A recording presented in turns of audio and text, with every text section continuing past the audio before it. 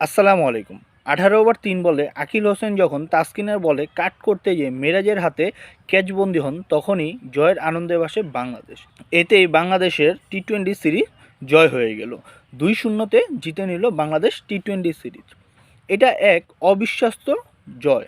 মাত্র ১২৯ রানের পুঁজি নিয়ে বাংলাদেশ জিততে পারবে, এটা একটা অসম্ভব ছিল, যেখানে সম্ভব করে দেখিয়েছেন বাংলাদেশি বোলাররা।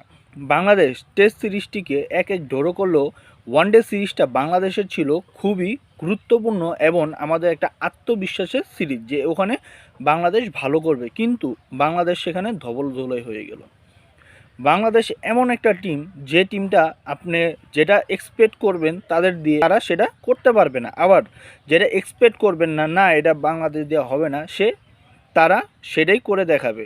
যেমন ধরেন পাকিস্তানকে হোয়াইট ওয়াশ করে দিছে, তাও আবার টেস্টে, সেখানে পাকিস্তান খুবই শক্তিশালী দল, সেখানে খুব সহজেই টেস্টে তাদেরকে ধবলধোলাই করে দিয়েছে বাংলাদেশ।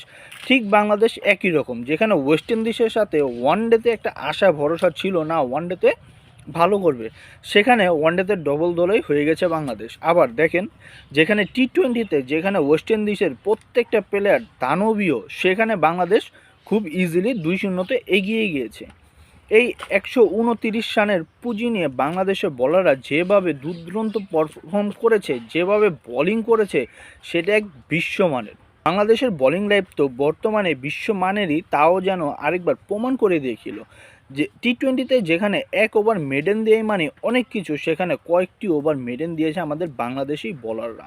তার থেকেও বড় কথা, ১২৯ রানের এই স্বল্প পুঁজিতে এক দুর্দান্ত ইনিংস খেলেন বাংলাদেশের লোয়ার অর্ডারের ব্যাটসম্যান শামীম পাটোয়ারি ১৭ বলে ৩৫ রান করে ফেলেন। তার এই ৩৫ রানের সুবাদে ১৩০ রানের টার্গেট দেয় ওয়েস্ট ইন্ডিজ। ১৩০ রানের টার্গেট নিয়ে ওয়েস্ট ইন্ডিজ ব্যাটিং করতে নামলেও তারা তেমনভাবে সফল হতে পারে।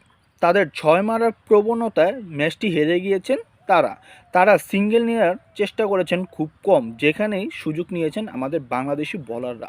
একের পর এক মেডেন দিয়েছেন আমাদের বাংলাদেশি বোলাররা, এতে সিরিজটি আমরা খুব ইজিলি জিতে গিয়েছি। এখন আমাদের সামনে সবচেয়ে বড় অপরচুনিটি হলো সামনে যে ম্যাচটি আছে সেটা জিতে তাদের মাটিতে তাদেরকে ধবলধোলাই করে দেওয়ার, এতেই আমাদের প্রতিশোধ নেওয়া হবে। তার থেকেও বড় কথা হচ্ছে ২০১৮ সালের পরে এই প্রথম ওয়েস্ট ইন্ডিজের সাথে আমরা টি-টোয়েন্টি সিরিজ জিতেছি। তাছাড়াও ২০২২-এর শেষ আমরা বিদেশের মাটিতে টি-টোয়েন্টি সিরিজ জিতেছিলাম, এবং ২০২২ থেকে এই পর্যন্ত কিন্তু আমরা কোনো টি-টোয়েন্টি সিরিজ বাইরের মাটিতে যে জিতি নেই। এই ম্যাচটি জেতার ফলে সেটিও পূরণ হয়ে গেল।